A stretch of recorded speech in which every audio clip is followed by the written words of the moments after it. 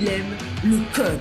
Il faut que la communication soit codée, mais de façon claire et transparente. La rigidité, c'est pas pour nous. Mon nom est Francis Parent-Valquette et vous écoutez le Sandro Show. Mais le plus important, c'est qu'il est bélier.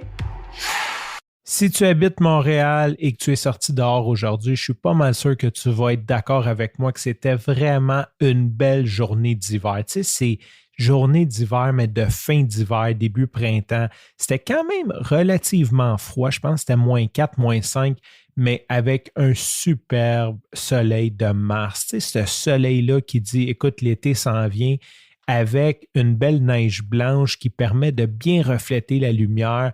T'es juste bien, on dirait que l'énergie rentre dans tes pores de peau, que la vitamine D rentre dans le tapis. T'es juste bien d'être dehors. Ben, pour moi, c'était ce type de journée-là et j'en ai profité pour aller courir et évidemment, c'était une journée magnifique pour courir.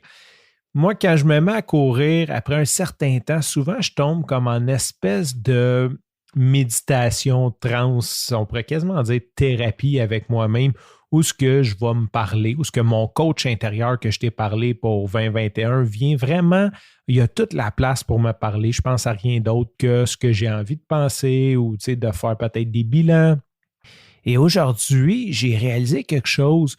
Je me suis fait une promesse que j'en ai parlé sur le Sandro Show, que cette fois-ci, quand j'allais bâtir l'entreprise de podcast, que j'allais vivre chaque moment, j'allais essayer d'apprécier chaque étape de la business parce que souvent, ce qui arrive quand on lance une business, on pense toujours à la prochaine étape. Donc, on se dit, quand je vais arriver à en vivre, je vais être heureux. Puis là, quand tu as envie, tu dis, ben mec, j'arrive à avoir 5 employés, je vais être heureux. Puis pendant ce temps-là, tu ne prends pas le temps de vivre le moment présent. Puis je suis certain, et là, c'est comme totalement out of nowhere, mais que tu prends n'importe quel président de grosse compagnie qui a réussi, puis que tu lui demandes c'était quoi le meilleur temps, puis il va sûrement te dire que c'était d'un début, cette espèce d'excitation, la croissance, de voir ça naître. En même temps, il va probablement te dire qu'il n'a rien vu parce qu'il était concentré à travailler. Je m'étais fait cette espèce de promesse-là de, c'est sûr, je ne peux pas être comme tout le temps dans le temps présent, mais de dire, écoute, tu sais, si tu n'en vis pas, si tu ne fais pas assez, comme juste enjoy the ride. Tu sais, tu es dans une aventure qui est cool, c'est une aventure qui est pas... qui est quand même assez longue, on s'entend. Démarrer une entreprise, c'est pas quelque chose qui se fait du jour au lendemain. Tant mieux pour ceux qui le font.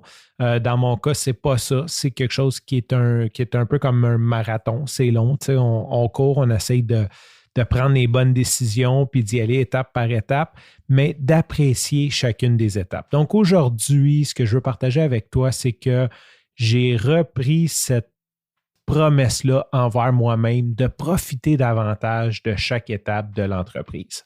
Sur ce, je te remercie pour ton écoute. Je te dis à demain et bye bye.